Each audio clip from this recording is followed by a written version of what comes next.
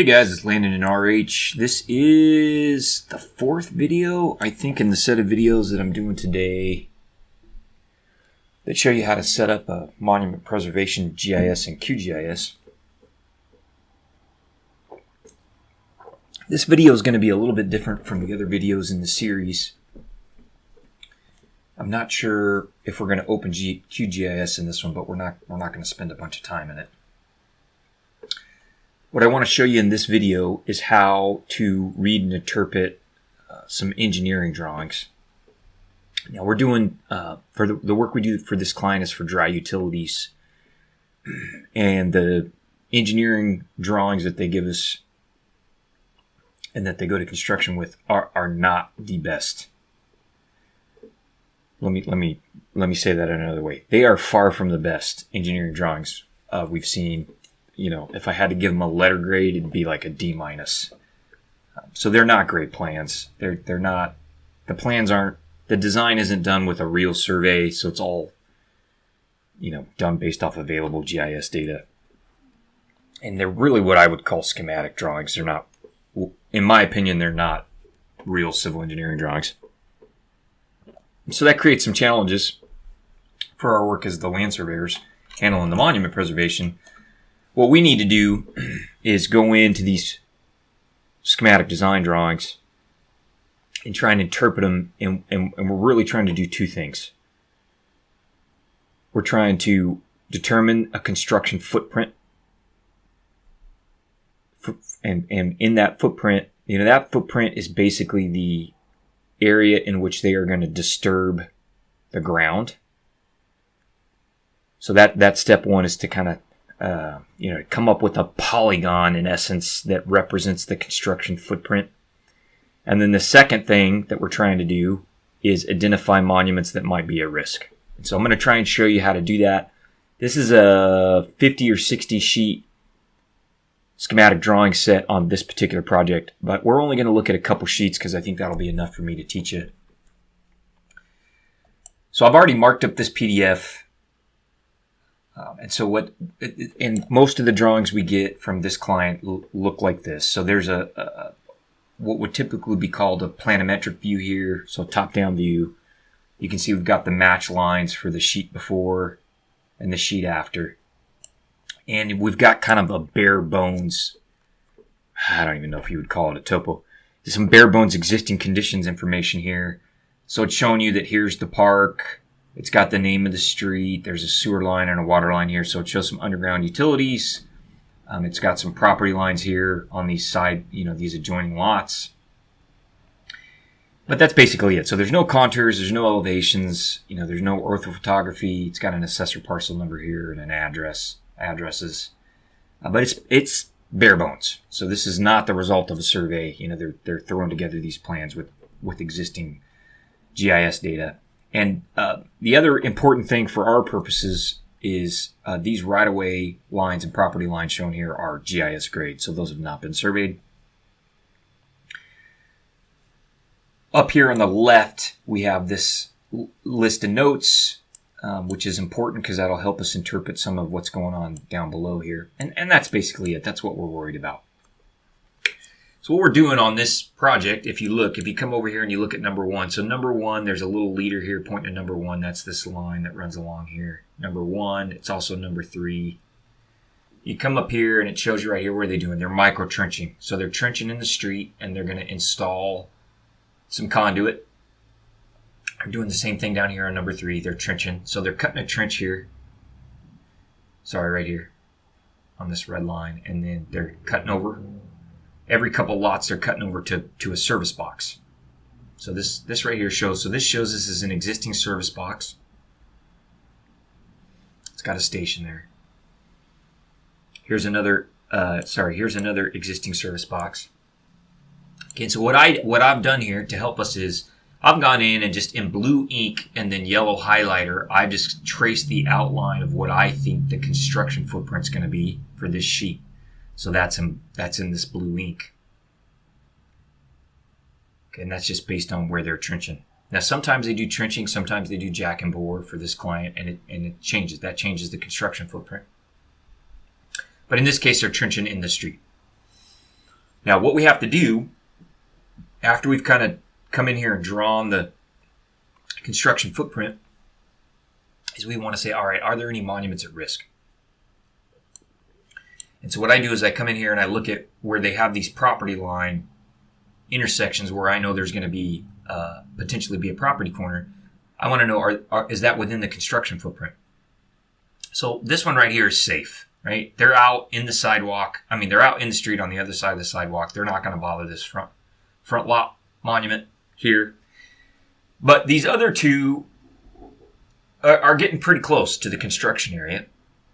So we've got one here that's fairly close to where they're putting this trench in. You got to remember this blue line is just an approximation. And these lines, these property lines could move in relation to the physical features by feet, right? By a few feet at least. You got to remember they did not survey this line. So this line right here could be right here in relation to the service box. It could be right under the service box, which is the more likely scenario, or it could be over here on the other side of the service box. So you got to remember what accuracy you're dealing with here, or precision. It's not very good. What that means is if we get the construction footprint anywhere close to a property corner, we got to go look for it because it might get taken out. Now, in this particular case, they're trenching over to the signal box, but they're not replacing the signal box.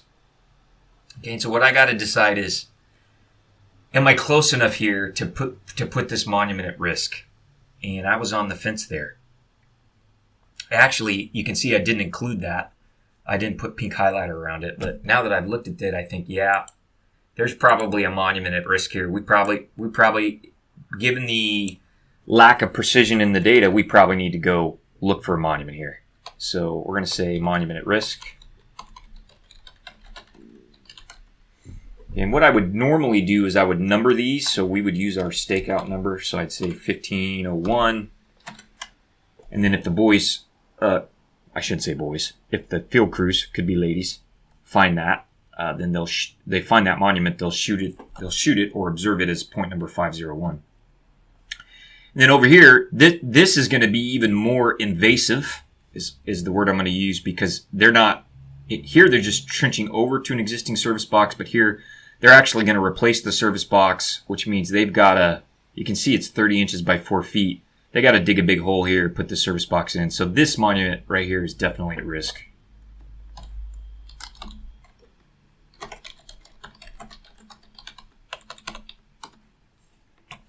And then you can see this, we've got a similar situation on this next sheet. So we got the line coming in here. Again, you can look at number 2. What are they doing? They're micro trenching. Okay, so they're trenching in the street here. They're coming across the street. Now we got to be careful.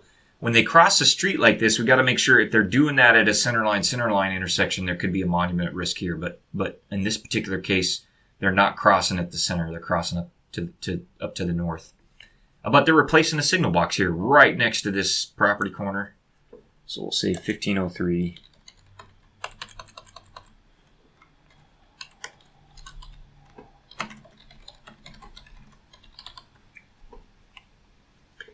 And as we move down, so it doesn't look like they're popping up any more service boxes on this street. So this monument's safe. That looks like the only other, this monument they're not going to bother. This monument should be safe. They're out here. They're out in the street on the other side of the fence. So I think we're good here. We should be done. I've got a few minutes, so let me show you what we're going to do with this data in QGIS. I have a couple minutes. See if I can get that done in a couple minutes. Let me pause the video and get our QGIS project up. All right, guys, I've got our QGIS project pulled up. What we want to do is we want to see where is this monument at in our QGIS project. So I pulled up Google Maps. We're just going to enter this address here. So 404 Trask Lane in Modesto. All right, so here's our parcel. So we're going to see if we can go find that in our QGIS project. And we're on the northwest corner of that parcel. So here's Trask and Roble. Trask and Roble. So we're at the northwest corner of the second house up from Roble. So here's Roble. So it's this corner right here is at risk. This monument at this corner. And I checked the subdivision map. All of these lot corners were set at some point. So what we're going to do is we're going to create a new layer, and we're just going to make it a temporary scratch layer. And we're going to call it points, monuments at risk. And we're going to make it a point layer. And we're going to put it on zone 3. And we're going to just add a couple fields here. So I want search point number. We're going to make an integer. And then we want, let's see, what else do we want to know? We're going to put status, and we'll make that just a text value. And we'll make it 255 characters, I think is the max. Let's see. We'll put one more in there. We'll put record description. We'll hit OK. We've got that layer now and it's editable. So what I can do now is I can grab a point. I'm gonna click the create point feature tool. I should have been a little more specific there. And I've got my snapping on. So we can say, all right, that's 1502. The status is not searched for. And the record description, these are found, set rebar with brass tag, let's say. We'll hit OK. I've got a monument there. Now that's really hard to see. So we would style that. So here's our basic RH point marker. We can apply that and go to our labels and say we want to label the point number. Let's see. We'll make that dosis, bold, 12 points. And we'll put a little buffer around it.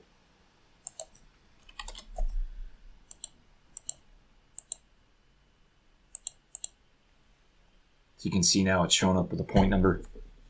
And then what we'd want to do, obviously, is we'd want to save that layer. We don't want it to stay a scratch layer. So we'll say export, save. Oh, you know what? Let me save my edits and make it not editable. Do that first. And we'll say export, save features as. And we'll save it as a geo package. Now this time we're going to put that in GIS data. This is a homegrown layer. It's a vector. And it's going to be points mons at risk. Say OK. And now it recreated that layer, which is one, you style it after you save it, after you save the temporary layer. So let me remove that. And we'll save. So this is mostly ready for the guys now. That could be men or women when I say guys going out on this survey. So they'll be able to take this out with them in Mergen Maps. They'll have the road names, the parcels, the orthophotography, and they'll have the location of all the monuments at risk from the schematic design drawings. Hope you guys found that helpful. Appreciate you watching. I think that's going to be it for this video series.